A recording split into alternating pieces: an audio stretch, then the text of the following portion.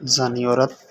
رسول اللہ صلی اللہ علیہ وآلہ وسلم نے فرمایا، جو بھی عورت خوشبو لگا کر کسی کے پاس سے گزرتی ہے کہ وہ اس کی خوشبو سونگھے، اس کی طرف مائل متوجہ ہو، تو وہ بدکار زانیہ عورت ہے۔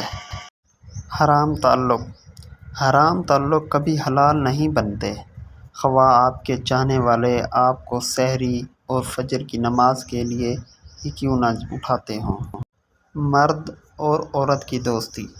قرآن پاک میں مرد اور عورت کی دوستی کا ذکر کہیں بھی نہیں ہے۔ اس متعلق اللہ پاک نے فرمایا ہے، اور جو تمہیں پسند ہو اس کے ساتھ نکاح کرو۔ عورت کی جسمانی کمزوری۔ ہر عورت پر جسمانی کمزوری کے کچھ ایام ہوتے ہیں۔ ان ایام میں اللہ جلال نے بھی اسے عبادت میں چھوٹ دی ہے، اس کی نمازیں معاف کر دی ہیں اور اس کو روزوں میں اس وقت تک تاخیر کی اجازت دی ہے جب تک وہ دوبارہ صحت یاب نہ ہو جائے۔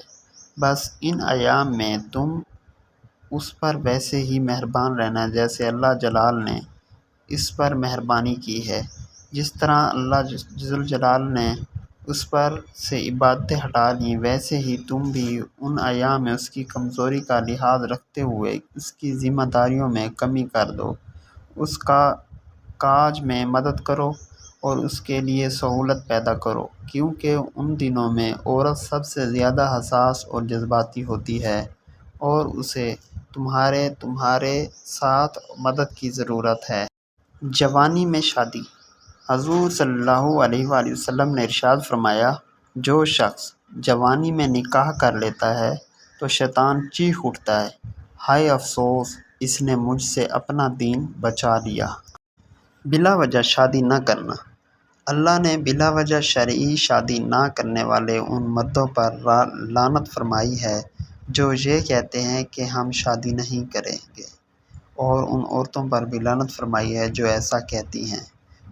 مسند امام احمد جلد نمبر 3 حدیث نمبر 7896۔ مرد کے لیے خدا نے عورت سے زیادہ خوبصورت چیز بنائی ہی نہیں۔ عورت کے باہوں میں مرد اپنی ہزاروں پریشانیاں بھول جاتا ہے اور دنیا جہان کا سکون محسوس کرتا ہے۔ پرفیکٹ میاں بیوی۔ ایک مرد کا خواب ہوتا ہے کہ اسے ایک پرفیکٹ بیوی ملے، اور ایک عورت چاہتی ہے اسے پرفیکٹ شوہر ملے، مگر وہ یہ نہیں سمجھتے کہ اللہ تعالیٰ نے انہیں ایک دوسرے کو مکمل کرنے کے لیے بنایا ہے۔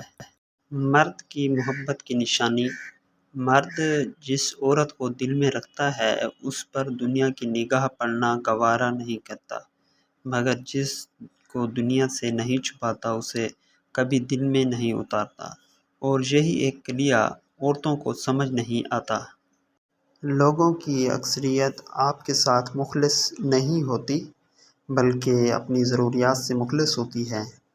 صرف ان کی ضروریات بدلنے سے ان کا خلوص بدل جاتا ہے۔